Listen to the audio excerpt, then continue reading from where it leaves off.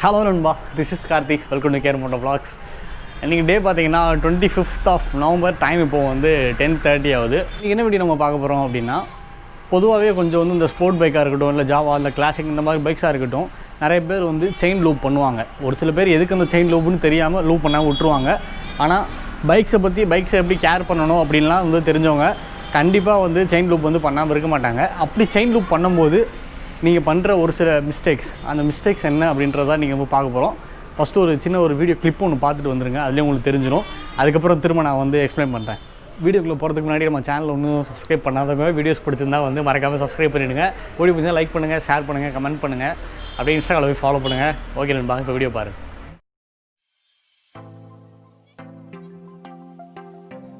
இதெல்லாம் என்னென்னு பார்த்தீங்கன்னா, நம்ம செயின் லூப் பண்ணும்போது இந்த செயின் லூப் வந்து அப்படியே வந்து ஸ்ப்ளாஷ் ஆகி அது உள்ளே போய் சேர்ந்து அந்த இடத்துல கொஞ்சம் கொஞ்சமாக ஆயில் சேர்ந்து ஒட்டி நிறையா ஒட்டி, அதுக்கப்புறம் நம்ம இந்த மண் சேறு இதெல்லாம் வந்து கலந்து அது பெரிய கட்டியாயிருச்சு.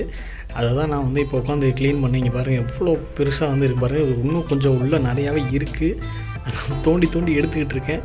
நீங்கள் யாராவது எடுக்கிறீங்க இந்த மாதிரி ஒரு குச்சியோ இல்லை ஏதாவது ஒரு இரும்பு இது மாதிரி இருந்தால் அதை வச்சு கூட நீங்கள் வந்து எடுங்க. ஏன்னா குச்சி அப்பப்போ வந்து உடஞ்சி போயிடுது. அதனால் நீங்கள் ஏதாவது இந்த சைஸில் ஏதாவது ஒரு இரும்பு கம்பி ஏதாவது இருந்தால் அதை வச்சு கூட நீங்கள் வந்து க்ளீன் பண்ணி எடுக்கலாம். ஓகே நண்பா, இப்போ நான் ஃபுல்லாக க்ளீன் பண்ணி எடுக்கிறேன், நீங்கள் வந்து பாருங்கள்.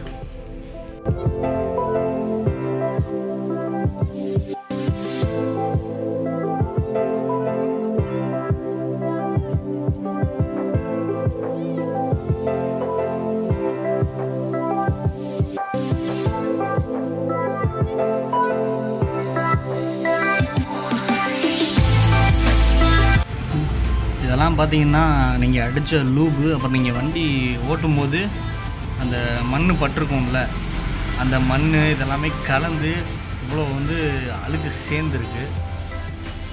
பார்த்தீங்களா எவ்வளோ அழுக்கு சேர்ந்துருக்கு பார்த்தீங்களா. இந்த இடத்த வந்து மோஸ்ட்லி யாரும் இதை வந்து க்ளீன் பண்ணவே மாட்டீங்க. இது வந்து எல்லாருக்கும் கொஞ்சம் பார்த்து வந்து க்ளீன் பண்ணுங்கள்.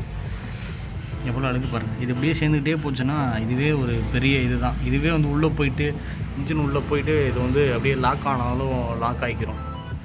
அப்புறம் ஒரு மாதிரி கரன்னு ஏதாவது ஒரு சவுண்டு வேறு க்ரியேட் ஆக ஆரம்பிச்சிடும்.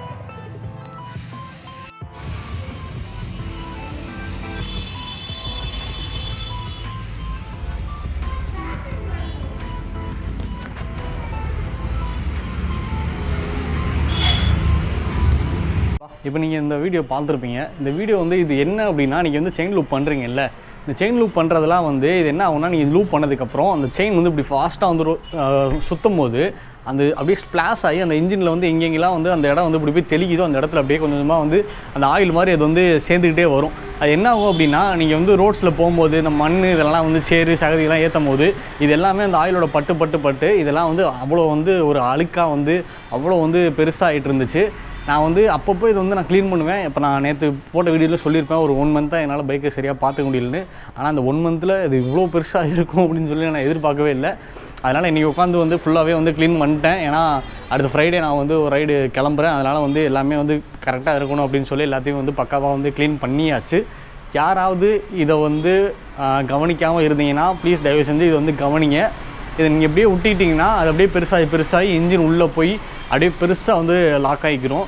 அப்புறம் அது தேவையில்லாம ஏதாவது ஒரு ப்ராப்ளம் தான் கொண்டு போய் விடும். அதனால் தயவு செஞ்சு இதை வந்து பார்த்து க்ளீன் பண்ணிக்கோங்க, ஓகேங்களா. நிறைய பேர் செயின் லூப் பண்ணுவீங்க, ஆனால் இந்த இடத்த வந்து யாரும் மோஸ்ட்லி வந்து நோட்டீஸ் பண்ணியிருக்க மாட்டீங்க. இனிமேல் வந்து இந்த இடத்த நீங்கள் வந்து நோட்டீஸ் பண்ணி இதுக்கப்புறம் இந்த மாதிரி இல்லாமல் வந்து அப்பப்போ ஒரு 1 month ஒன்ஸ் வந்து நீங்கள் வந்து இதை பண்ணால் கூட போதும். ரொம்ப வந்து நீங்கள் அடிக்கடி இதை வந்து பண்ணணும் தேவையில்லை. ஒரு 1 month ஒன்ஸ், இல்லை வந்து வீக்லி சண்டேலாம் நீங்கள் ஃப்ரீயாக இருந்தீங்கன்னா வீக்லி சண்டே நீங்கள் வந்து பண்ணலாம். ஓகே நண்பா, அவ்வளோதான் இந்த வீடியோ.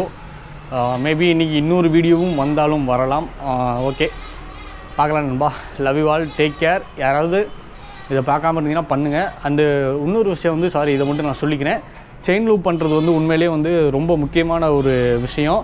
ஏன்னா ஒரு மெட்டலும் இன்னொரு மெட்டலும் உரசிச்சுன்னா அது சீக்கிரமே தேஞ்சு போயிடும். அது தேயாமல் நம்ம பார்த்துக்கிறது தான் நம்ம வந்து செயின் லூப் பண்ணுறோம்.